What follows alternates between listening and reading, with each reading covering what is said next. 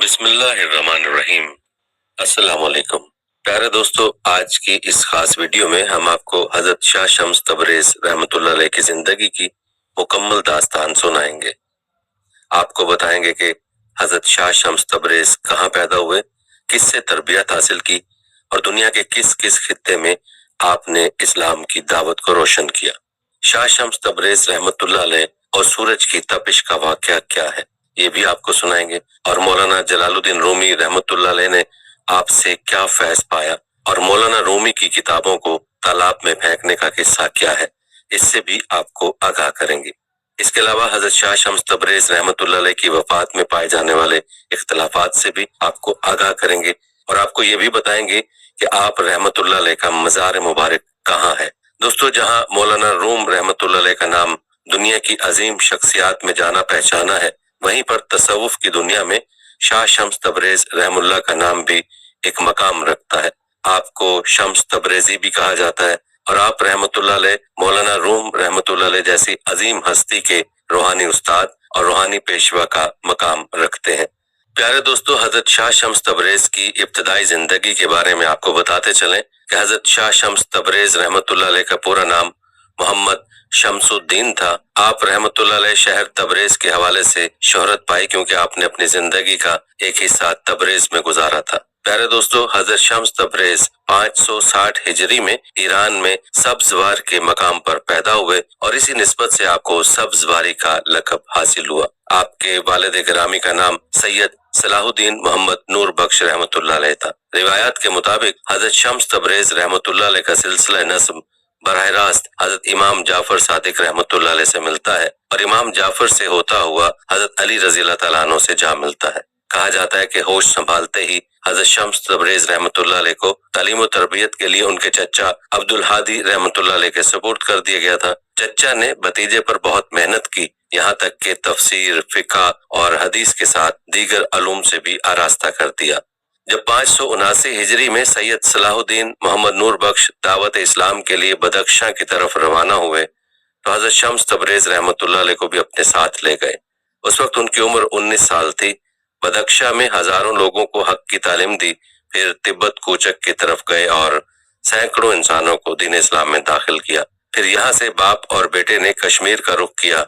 उस वक्त यहाँ के लोग सूरज की परस्तिश करते थे। हजरत सैयद सलाहुद्दीन रहमतुल्लाह अलैह और हजरत शम्स तबरेज रहमतुल्लाह अलैह की कोशिशों से हजारों बुत परस्त बाशिंदों ने इस्लाम कबूल किया। इस इलाके की जंगड़ कौम ने उन्हें बहुत परेशान किया, मगर बाद में लोग भी जल्द ही मतीयो फरमा बरदार हो गए। प्यारे दोस्तों, तारीख बताती है कि 586 हिजरी में हजरत शम्स तबरेज वालिद मोहतरम के हमरा वापस अपने वतन सब्जवार तशरीफ ले गए। यहाँ हजरत शम्स तबरेज रहमतुल्लाह अलैह की शादी हो गई। आपके दो फर्जंद सैयद नसीरुद्दीन मोहम्मद और सैयद अलाउद्दीन अहमद पैदा हुए। सैयद अलाउद्दीन अहमद रहमतुल्लाह अलैह जिंदा पीर के लक़ब से मशहूर हुए।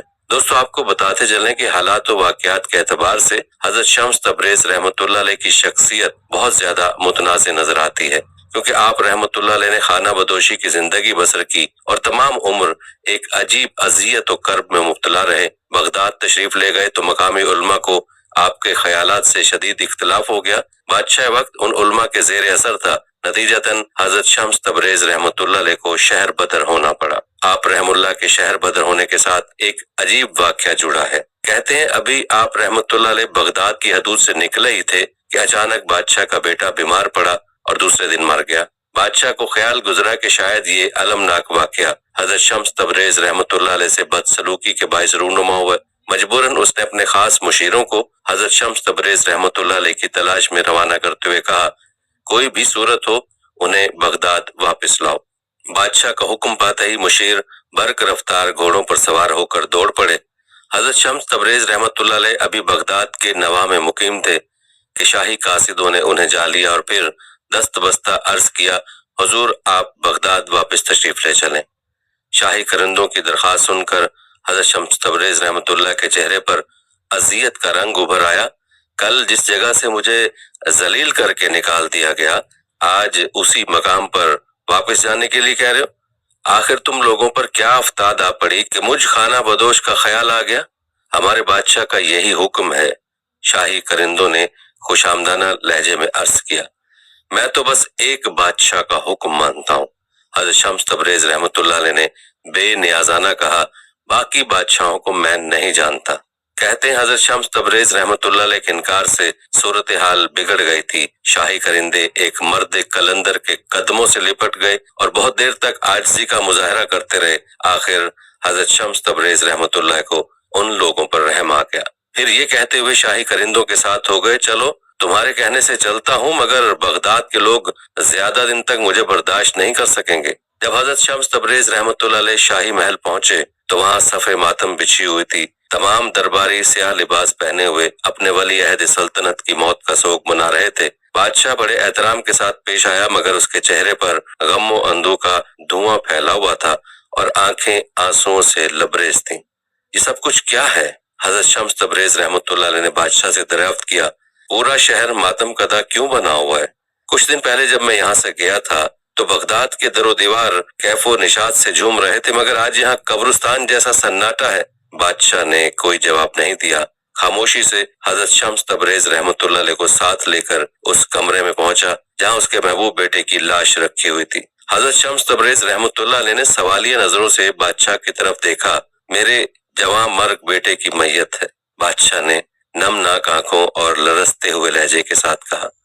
آپ کے بغداد سے جاتے ہی یہ اچانک بیمار ہوا اور دیکھتے ہی دیکھتے آغوش فنا میں چلا گیا۔ میں سمجھتا ہوں کہ یہ اسی گستاخی کا شاخسانہ ہے جو میں نے آپ کی شان میں روا رکھی تھی۔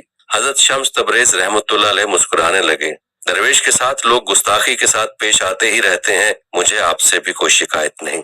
بادشاہ بہت دیر تک معذرت طلب کرتا رہا، میں نے گزشتہ باتوں کو فراموش کر دیا۔ حضرت شمس تبریز رحمۃ اللہ علیہ نے اسی بے نیازی کے ساتھ کہا، اب آپ مجھ سے کیا چاہتے ہیں؟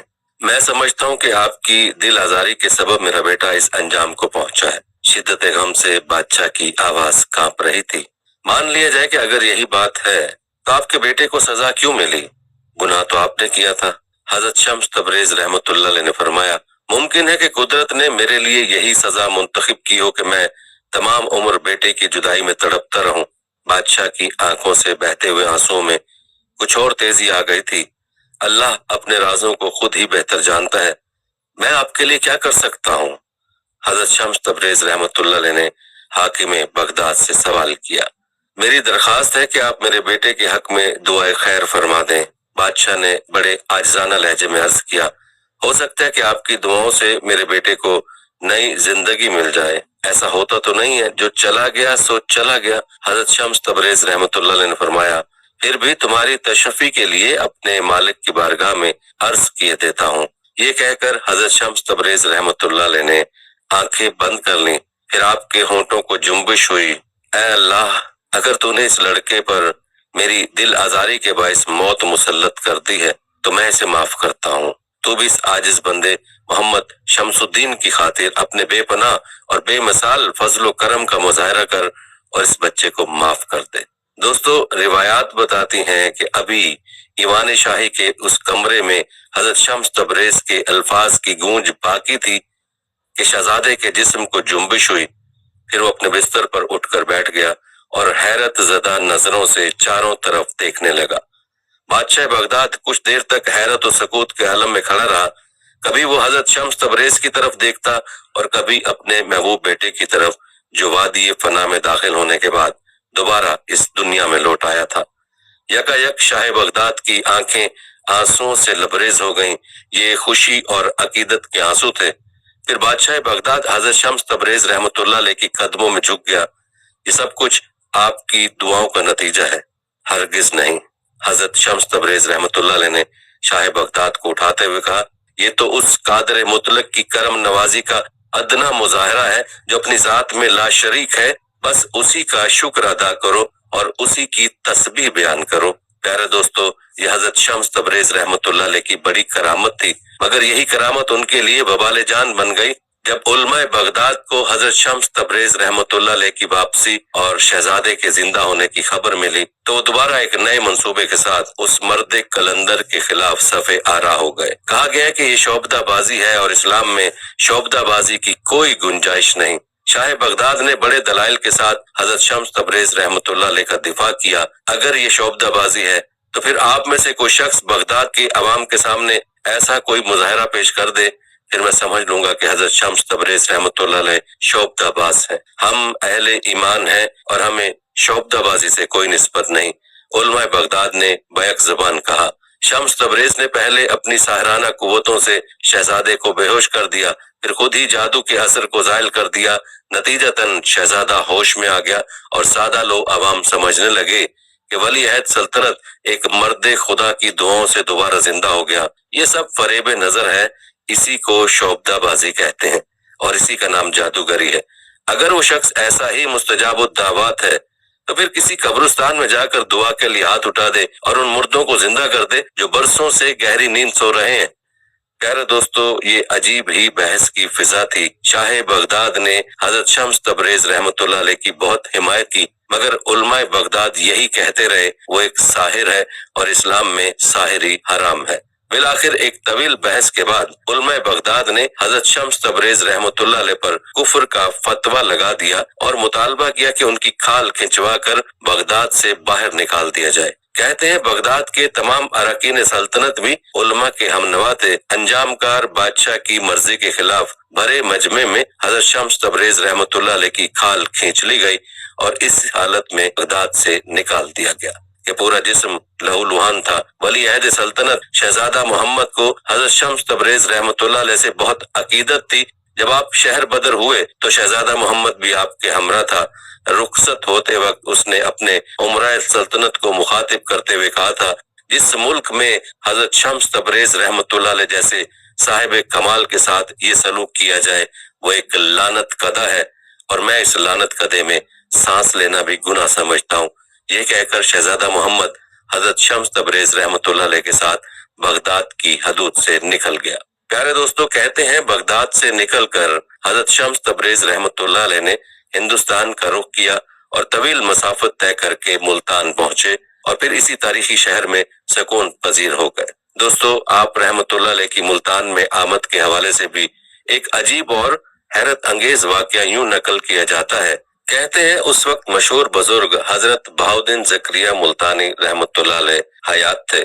جب آپ کو حضرت شاہ شمس تبریز رحمۃ اللہ علیہ کی آمد کی اطلاع ملی تو شیخ نے ان کی خدمت میں دودھ کا پیالہ بھیجا جو دودھ سے بھرا ہوا تھا۔ حضرت شمس تبریز رحمۃ اللہ علیہ نے بڑے احترام کے ساتھ پیالہ لے لیا اور پھر اس میں گلاب کے پھول ڈال کر حضرت بہاؤالدین زکریا ملتانی رحمۃ اللہ علیہ کے خادم کو واپس کر دیا۔ بعض اہل تصوف نے اس واقعے کی تشریح کرتے ہوئے لکھا کہ دودھ کا لبریز پیالہ بھیجنے سے حضرت بہاؤالدین زکریا رحمۃ اللہ علیہ کی مراد یہ تھی کہ ملتان میں اب کسی دوسرے درویش کی گنجائش نہیں۔ جواب میں حضرت شمس تبریز رحمۃ اللہ علیہ نے دودھ کے پیالے میں گلاب کا پھول ڈال دیا۔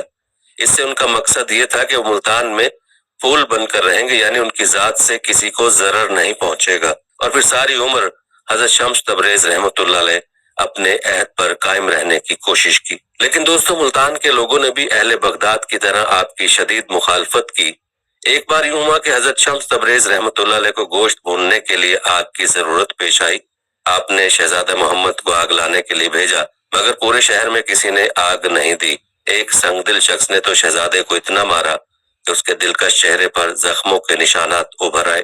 یہ کیا ہے؟ حضرت شمس تبریز رحمۃ اللہ نے شہزادے کی طرف دیکھتے ہوئے کہا، تم تو آگ لینے گئے تھے۔ شہزادہ محمد نے پورا واقعہ سنایا تو حضرت شمس تبریز رحمۃ اللہ علیہ کو جلال آ گیا۔ آپ نہایت غصے کی حالت میں اپنی خانقاہ سے نکلے، گوشت کا ٹکڑا ہاتھ میں تھا۔ پھر حضرت شمس تبریز رحمۃ اللہ علیہ نے آسمان پر نظر کی اور سورج کو مخاطب کرتے ہوئے فرمایا، تو بھی شمس، میں بھی شمس، میرے اس گوشت کے ٹکڑے کو بھون دے۔ اتنا کہنا تھا کہ یکا یک گرمی کی شدت میں اضافہ ہو گیا۔ پھر یہ گرمی اتنی بڑھی کہ اہل ملتان چیخ اٹھے، در و دیوار جل رہے تھے اور پورا شہر آگ کی بھٹی بن کر رہ گیا تھا۔ کہتے ہیں کچھ باخبر لوگوں نے یہ صورتحال دیکھی تو حضرت شمس تبریز رحمۃ اللہ علیہ کی خدمت میں حاضر ہوئے اور عرض کرنے لگے، کیا چند نادانوں کے جرم کی سزا پورے شہر کو دے ڈالیں گے؟ یہ نادان نہیں، سفاک ہیں۔ حضرت شمس تبریز رحمۃ اللہ علیہ نے غضبناک لہجے میں فرمایا، آگ جیسی بے قیمت چیز نہیں دے سکے؟ میرے محبوب کے چہرے کو زخموں سے سجا دیا، آخر کیا جرم تھا اس کا؟ جانتے ہو اسے یہ کون ہے؟ بغداد کا شہزادہ ہے، میری خاطر دروازے دروازے بھیک مانگنے گیا۔ میں اس کے زخموں کو کیسے بھول سکتا ہوں؟ جب تک سارے شہر کے جسم آبلوں سے نہیں بھر جائیں گے उस वक्त तक मुझे करार नहीं आएगा। ये आपके मकाम से वाकिफ नहीं, खुदा के लिए माफ कर दीजिए। मुल्तान के अक्ल रखने वाले हजरात ने अपने हमवतनों की सिफारिश करते हुए कहा, और ये बात आप जैसे बुजुर्ग के शाया निशान भी नहीं। खैर, जब खुदा को दरमियान में ले आए हो तो माफ किए देता हूँ। हजरत शम्स तबरेज रहमतुल्लाह अलैह ने मकामी लोगों की जमात से फरमाया और फिर सूरज से मुखातिब हुए, अपनी हरारत कम कर दे, पता नहीं ये लोग रोजे हशर की गर्मी को कैसे बर्दाश्त करेंगे। प्यारे दोस्तों, आप रहमतुल्लाह अलैह का यह फरमाना था कि सूरज की हरारत एतदाल पर आ गई। दोस्तों, खुदा ही जानता है कि यह वाकया किस तरह पेश आया था, मगर अवाम मुल्तान की गर्मी को इसी वाकये का नतीजा समझते हैं। दोस्तों, यहाँ पर शाह शम्स तबरेज रहमतुल्लाह अलैह के हवाले से एक मुगालते का तस्करा भी करते चले, जिसके बारे में जानना इंतहाई जरूरी है। मशहूर मौर्रिख कासिम फरिश्ता ने तहरीर किया कि हजरत शम्स तबरेज रहमतुल्लाह अलैह इस्माइली फिरके से ताल्लुक रखते थे। अगरचे की तारीख में फरिश्ता एक मोतबर नाम है, मगर हजरत शम्स तबरेज रहमतुल्लाह अलैह के बारे में उसकी रिवायत काबिल एतबार नहीं है। बाद में आने वाले मौर्रिखीन ने अपनी तहकीक से साबित कर दिया कि शम्स तबरेज रहमतुल्लाह अलैह के वालिद सैयद इस्लाहुद्दीन रहमतुल्लाह अलैह इस बुजुर्ग के खानदान से ताल्लुक रखते थे जो फिरका इस्माइलिया का इमाम था, मगर उन्होंने अपना आबाई मजहब तर्क कर दिया था। दूसरा ये कि मौलाना जलालुद्दीन रूमी रहमतुल्लाह अलैह जैसे आलिम फाजिल इंसान कभी उस शख्स के हाथ में अपना हाथ नहीं दे सकते जो उनके अकीदे से मुख्तलिफ अकीदा रखता हो। इसीलिए हजरत शम्स तबरेज रहमतुल्लाह अलैह को इस्माइली कहना सरीहन गलत है। दरअसल ये उन लोगों की इल्जाम तराशी थी जिनका ज़ाहिरी इल्म हजरत शम्स तबरेज रहमतुल्लाह अलैह की रूहानी कमालात का मुतहम्मिल नहीं हो सकता था। कहा जाता है कि हजरत शम्स तबरेज रहमतुल्लाह अलैह बाबा कमाल जंदी के मुरीद हुए, लेकिन आम सूफियों की तरह पीरी मुरीदी और बैते वारदात का तरीका इख्तियार नहीं किया। सौदागरों के अंदाज में शहरों की सियाहत करते रहते, जहां जाते किसी सराय में ठहरते और फिर एक गोशा पकड़कर मराकबे में मसरूफ हो जाते। प्यारे दोस्तों, रिवायात बताती हैं कि हजरत शम्स तबरेज रहमतुल्लाह अलैह का जरिया मुआश मजदूरी था। आप अजार बंद बुनते थे और उसी को फरोख्त करके रोजी हासिल करते थे।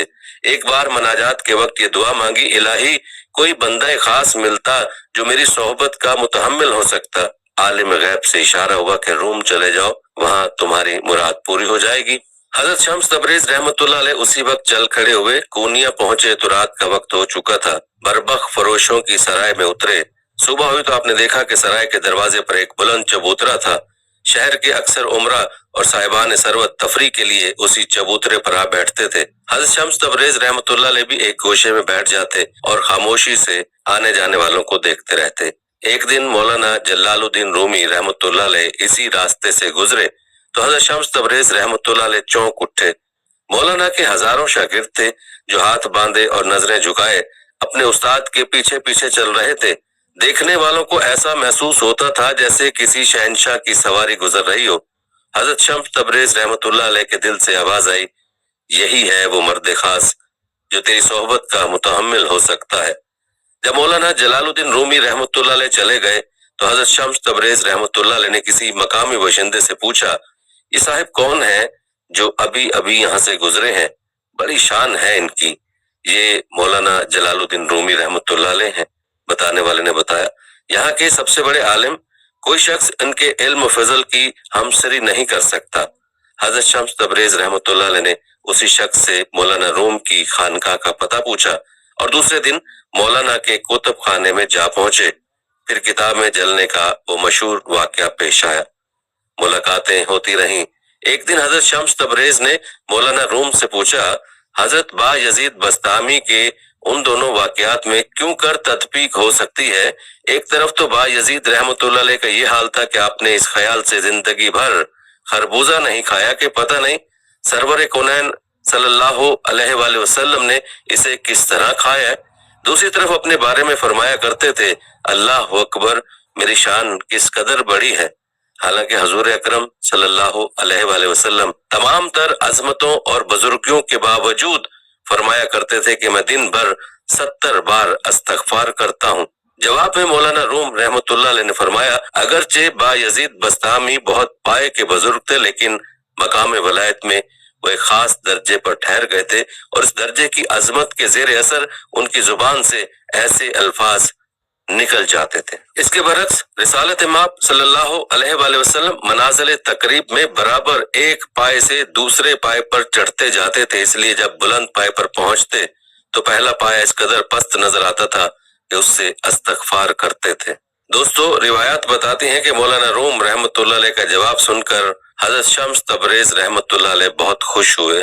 प्यारे दोस्तों, हजरत शाह शम्स तबरेज और मौलाना रूम की मुलाकात के हवाले से एक रिवायत यूं भी नकल की जाती है कि जब शाह शम्स तबरेज शहर कूनिया तशरीफ ले गए तो वहाँ आपकी मुलाकात एक अजीम बुजुर्ग आलिम दीन मौलाना जलालुद्दीन रूमी से हुई और पहली ही मुलाकात में एक मशहूर मरूफ करामत मार्ज वजूद में आई। कहते हैं कि मौलाना जलालुद्दीन रूमी अपने दर्स में तालिब इल्मों को तालीम दे रहे थे कि हजरत शाह शम्स रहमतुल्लाह अलैह सब्जवारी दौरान तालीम दर्स में तशरीफ ले गए, जो कि निहायत सादा लिबास में थे, और मौलाना रूमी के करीब बैठ गए। मौलाना रूमी के करीब चंद किताबें पड़ी थीं। हजरत शाह शम्स मौलाना जलालुद्दीन रूमी की तरफ मुखातिब हुए और किताबों की तरफ इशारा किया और पूछा, ये क्या है? जवाब मिला, इसे इल्म कहते हैं जो कि तुम नहीं जानते। हजरत शाह शम्स रहमतुल्लाह अलैह ने मौलाना जलालुद्दीन रूमी का यह फिक्रा सुना तो जलाल में आए और वो तमाम किताबें जो मौलाना जलालुद्दीन रूमी के करीब पड़ी थीं उठाकर पानी के भरे होश के अंदर डाल दी। जब मौलाना जलालुद्दीन रूमी ने आपका यह अमल देखा तो तड़प कर उठे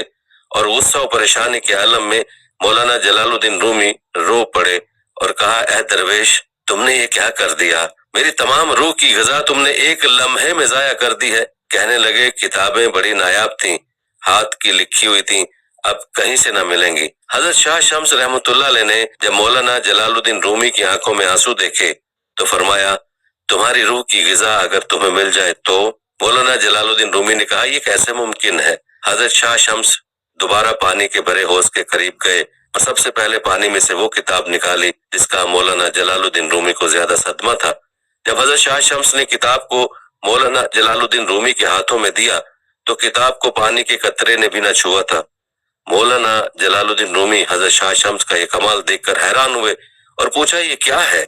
आप रहमतुल्लाह अलैह ने मौलाना जलालुद्दीन रूमी को जवाब दिया, ये वो इल्म है जो तुम नहीं जानते। इस दौरान मौलाना जलालुद्दीन रूमी पर एक ऐसी कैफियत तारी हुई कि आपके दस्ते मुबारक पर बैत हो गए और आपने उसके बाद तमाम किताबें होश से निकालकर मौलाना जलालुद्दीन रूमी के हवाले कर दी, जो कि तमाम खुश्क थी। दोस्तों, रिवायत बताती हैं कि उसके बाद मौलाना रूमी ने हजरत शाह शम्स के साथ ताल्लुक कायम कर लिया और आपने मौलाना जलालुद्दीन रूमी को तरीकत के असरार और रमूज से आगाह किया और यूं मौलाना जलालुद्दीन रूमी के रूहानी पेशवा हुए। मौलाना रूमी ने अपनी पूरी जिंदगी हजरत शाह शम्स के नाम वक्फ कर दी और हजरत शाह शम्स कुछ अरसे तक मौलाना जलालुद्दीन रूमी की रफाकत में सकूनत पजीर रहे। प्यारे दोस्तों, तारीख बताती है कि बगदाद के शहजादे मोहम्मद की तरह मौलाना रूम भी हजरत शाह शम्स तबरेज की शख्सियत के असीर हो गए थे। फिर ये असीरी इस कदर बढ़ी कि मौलाना रूम रहमतुल्लाह अलैह सारी दुनिया से बेनियाज हो गए। मौलाना के शागिर्द और अहले खाना हजरत शम्स तबरेज को जादूगर कहकर पुकारने लगे। ये तमाम बातें किसी बड़े हंगामे का पेश खैमा थी। हजरत शम्स तबरेज रहमतुल्लाह अलैह इस सूरत हाल को ज्यादा दिन बर्दाश्त न कर सके और फिर एक रात जब तमाम लोग गहरी नींद सोए हुए थे, हजरत शम्स तबरेज रहमतुल्लाह अलैह खामोशी के साथ घर से निकल गए। सुबह जब मौलाना रूम बेदार हुए तो अपने पीर मुर्शद को ना पाकर मौलाना के दिल पर कयामत गुजर गई। दीवानावार हर तरफ ढूंढते फिरे, शहर का गोशा गोशा छान मारा, मगर हजरत शम्स तबरेज कूनिया की हदूद से बहुत दूर जा चुके थे। मौलाना रूम के शागिर्द और अहले खानदान हजरत शम्स तबरेज की रूपोशी से बहुत खुश थे। वो लोग बरमला कहा करते थे, खुदा का शुक्र है कि वो जादूगर यहाँ से चला गया, अब मौलाना उसके तिलिस्म से आजाद हो जाएंगे। हजरत शम्स तबरेज रहमतुल्लाह अलैह की गुमशुदगी के बारे में सिर्फ एक शख्स सिपा सालार ने, जो मौलाना रूम की खिदमत में 40 साल गुजार चुके थे, लिखा है कि वो फितने के खौफ से शब की तारीकी में कहीं चले गए थे। और ये भी कहा जाता है कि उस दौर में मौलाना के बाज इंतहा पसंद मुरीदों ने हसद की वजह से हजरत शम्स तबरेज रहमतुल्लाह अलैह को कत्ल कर दिया। प्यारे दोस्तों, आपको बताते चलें कि अखबारुस सालिहीन के मुसन्निफ का बयान है कि एक बार हजरत शम्स तबरेज रहमतुल्लाह अलैह मौलाना रूम रहमतुल्लाह अलैह के पास खिलवत में बैठे थे कि किसी ने बाहर से आवाज देकर आपको बुलाया। हजरत शम्स तबरेज रहमतुल्लाह अलैह ने मौलाना रूम को मुखातिब करके फरमाया, मुझे कत्ल करने के लिए बुलाते हैं। अभी मौलाना जलालुद्दीन रूमी सूरत-ए-हाल को समझने भी न पाए थे कि हजरत शम्स तबरेज उठकर बाहर चले गए। 7 अफराद आपके इंतजार में खड़े थे। जैसे ही हजरत शम्स तबरेज बाहर तशरीफ लाए, उन लोगों ने आप पर हमला कर दिया। कत्ल होते वक्त हजरत शम्स तबरेज ने इस कदर जोर से नारा मारा कि 7 आदमी बेहोश हो गए। पीर मुर्शद की चीख सुनकर जब मौलाना रूम खिलवत कदे से बाहर आए तो हजरत शम्स तबरेज की लाश मौजूद नहीं थी, सिर्फ खून के चंद कतरे फर्श पर नजर आए। बाज रिवायत में आता है कि हजरत शम्स तबरेज के कातिलों में मौलाना रूम का बेटा अलाउद्दीन मोहम्मद भी था। इस वाक़े के बाद मौलाना रूम ने जिंदगी भर बेटे का मुंह नहीं देखा। फिर कुछ दिन बाद अलाउद्दीन मोहम्मद एक अजीबो गरीब बीमारी में मुब्तला हो गया। बीमारी के दौरान उसने अजीजों के जरिए मौलाना रूम से माफी तलब की, मगर मौलाना ने उसे माफ नहीं किया। फिर कुछ दिन बाद अलाउद्दीन मोहम्मद शदीद अजियत और कर्ब के आलम में मर गया। मौलाना रूम ने उसके जनाजे तक में शिरकत नहीं की। रिवायात के मुताबिक हजरत शम्स तबरेज का कत्ल का ये वाकया 645 हिजरी में पेश आया। प्यारे दोस्तों, इस सिलसिले में ये रिवायत भी मशहूर है कि हजरत शम्स तबरेज को कत्ल करके आपकी लाश के टुकड़े एक कुएं में डाल दिए गए थे। कुछ दिन बाद मौलाना रूम के दूसरे फर्जंद सुल्तान वल्द को ख्वाब में बशारत हुई। हजरत शम्स तबरेज फरमा रहे थे, मेरे जिस्म के टुकड़ों को कुएं से निकालकर मदरसे के बानी अमीर बदरुद्दीन के पहलू में दफन कर दो। चुनाचे ऐसा ही किया गया। दोस्तों, बाज मौरखीन कहते हैं कि आप कत्ल नहीं हुए बल्कि गायब हो गए और फिर आपका कोई सुराग नहीं मिला। प्यारे दोस्तों, सवाल ये पैदा होता है कि फिर वो कौन से शम्स तबरेज हैं जो मुल्तान में मदफून है। बेशतर मौरखीन का इस अमर पर इत्तफाक है कि ये वही शम्स तबरेज रहमतुल्लाह अलैह हैं जो मौलाना जलालुद्दीन रूमी रहमतुल्लाह अलैह के पीर मुर्शद थे। फिर कूनिया में कौन कत्ल हुआ? बहरहाल ऐसे बहुत से सवालात हैं जिनका जवाब देना आसान नहीं। अलबत्ता तारीख में मौजूद तमाम रिवायतें जो मिलती हैं वो आपके सामने बयान कर दी गई हैं। दोस्तों, रिवायतों में हजार इख्तलाफ के बावजूद हजरत शम्स तबरेज मौलाना रूम से एक बार बिछड़े तो फिर दोबारा नहीं मिले। अगरचे दोनों बुजुर्गों की ये मुलाकातें ज्यादा अरसे तक कायम न रह सकीं, लेकिन जो कुछ होना था वो चंद महीनों में ज़हूर पजीर हो गया। हजरत शम्स तबरेज रहमतुल्लाह अलैह की एक निगाह का यह असर था कि मौलाना रूम जैसे आलिम आखिरी सांस तक उस मर्द कलंदर की शख्सियत के तिलिस्म से आजाद ना हो सके, मगर ये उनका खाम ख्याल था। मौलाना रूम की बेकरारियां कुछ और बढ़ गईं। रातें पहले भी बेआराम गुजरती थीं, अब मुकम्मल बेखाब हो गईं। पहले मौलाना के दिल में सोजो गुदास पिन्हा था, अब आंखों से भी उसका इजहार होने लगा था। शम्स तबरेज को याद करके इस कदर गिरियावजारी करते कि लोगों को आपकी हालत पर तरस आने लगता। इसी जमाने में मौलाना रूम रहमतुल्लाह अलैह ने इस कदर दर्दनाक इशार कहे कि उन्हें सुनकर अहले दिल की आंखें भीग जाती थीं। इस सिलसिले में एक रिवायत ये भी है कि हजरत शम्स तबरेज रात के अंधेरे में कूनिया से निकलकर दमिश्क तशरीफ ले गए। मौलाना रूम को अपने मुर्शद के फराक में ऐसा सदमा पहुंचा कि सब लोगों से कदा ताल्लुक करके गोशा नशी हो गए।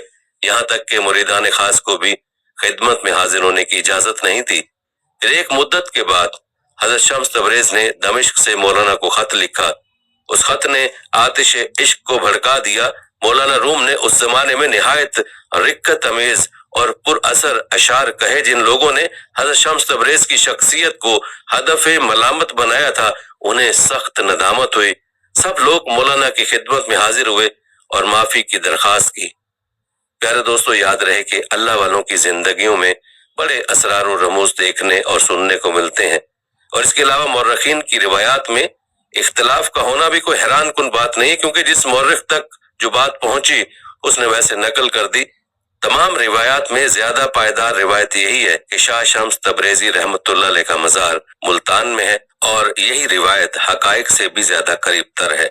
जैसा कि रिवायत किया जाता है कि आप रहमतुल्लाह अलैह की वफात 28 सफर अल मुजफ्फर 675 हिजरी को मुल्तान पाकिस्तान में हुई। कहा जाता है कि आप रहमतुल्लाह अलैह के मजार मुबारक की अव्वल तामीर 677 हिजरी में हुई, जबकि दोयम तामीर 730 हिजरी में की गई, और उसके बाद भी उसकी तामीर और तोसी होती रही है। आपको बताते चलें कि आपका मजार मुबारक और मजार के गिर्द मस्जिद, इमाम बारगाह और साहिब मजार की औलाद की कदीमी राशगाहें भी मौजूद हैं। अल्लाह रब्बुल इज्जत से दुआ है कि अल्लाह ताला हजरत शाह शम्स तबरेज रहमुल्लाह की कब्र अनवर को मजीद रोशन फरमाए और आप रहमतुल्लाह अलैह के दर्जात को बुलंद फरमाए। आमीन।